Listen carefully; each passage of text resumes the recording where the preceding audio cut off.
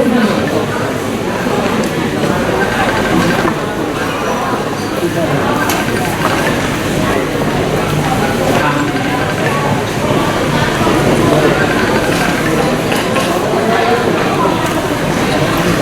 ยดี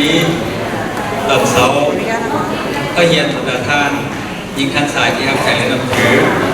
เฮียนทานผู้อำนวยการสถาบัน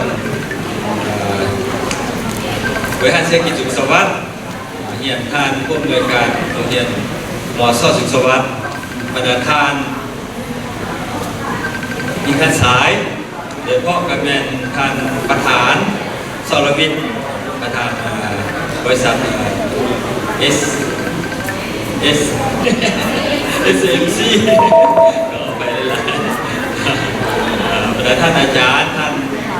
ผู้ปกครองนักเรียนแต่พวกนักเรียนผู้ทานทุกคนเนาะเขาจะตื่นเต้นหลายคนนี้ที่ได้ทำตอนบรรดาท่านที่มาจากประเทศไทยเนาะที่ได้มาสร้างความตื่นเต้นมาตั้งแต่จะล่วงกว่าเนาะ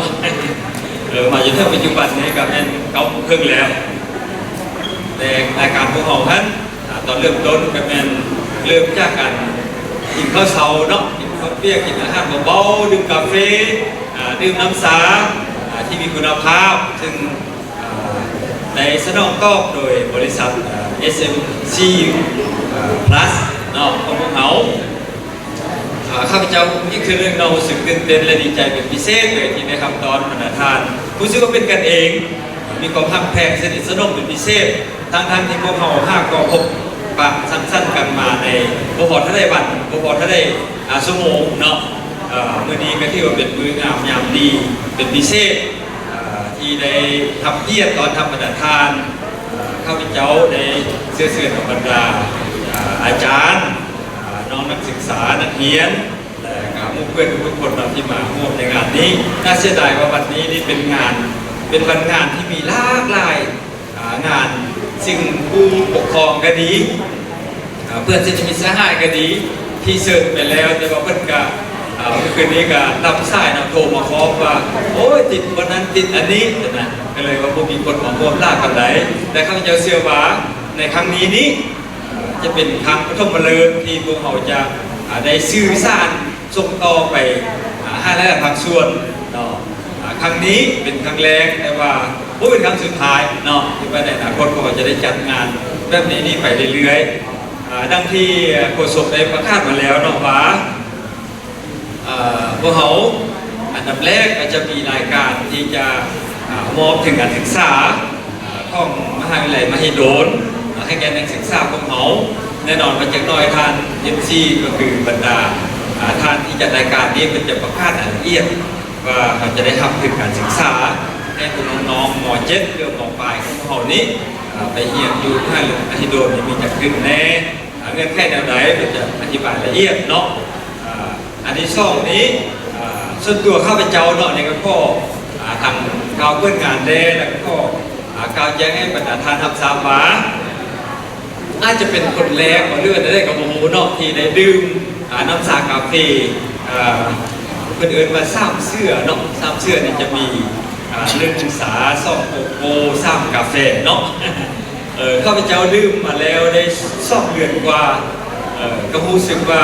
มีความกระปี้กระเป๋าอันนี้บนเป็นโฆษณาเลยว่าผมจริงเนาะอย่างน้อยผู้ที่เข้าจะแจกกาแฟไปให้ดื่มก่อนนะเพื่อนกันสิว่าผมรู้สึกเหมือนกันส่วนตัวเข้าเจ้าก็เราผมรู้สึกได้หนึ่งก่อนว่ากินครั้งแรกนี่รู้สึกว่ามีความที่ว่าเลยเนาะอันที่มันบดีโบงามอยู่ในร่างกายนะโอ้ไปแต่ได้บูเลยแล้วก็พอดื่มไปได้ประมาณสักเดือนหนึ่งก็รู้สึกว่า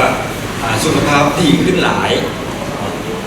ข้าพเจ้ามีโรคก็เป็นประจำตัวแล้วแต่ว่าก็ได้แอดนั่นมานานแล้วตั้งแต่ผู้หลักปี1980 ปลายคนเลย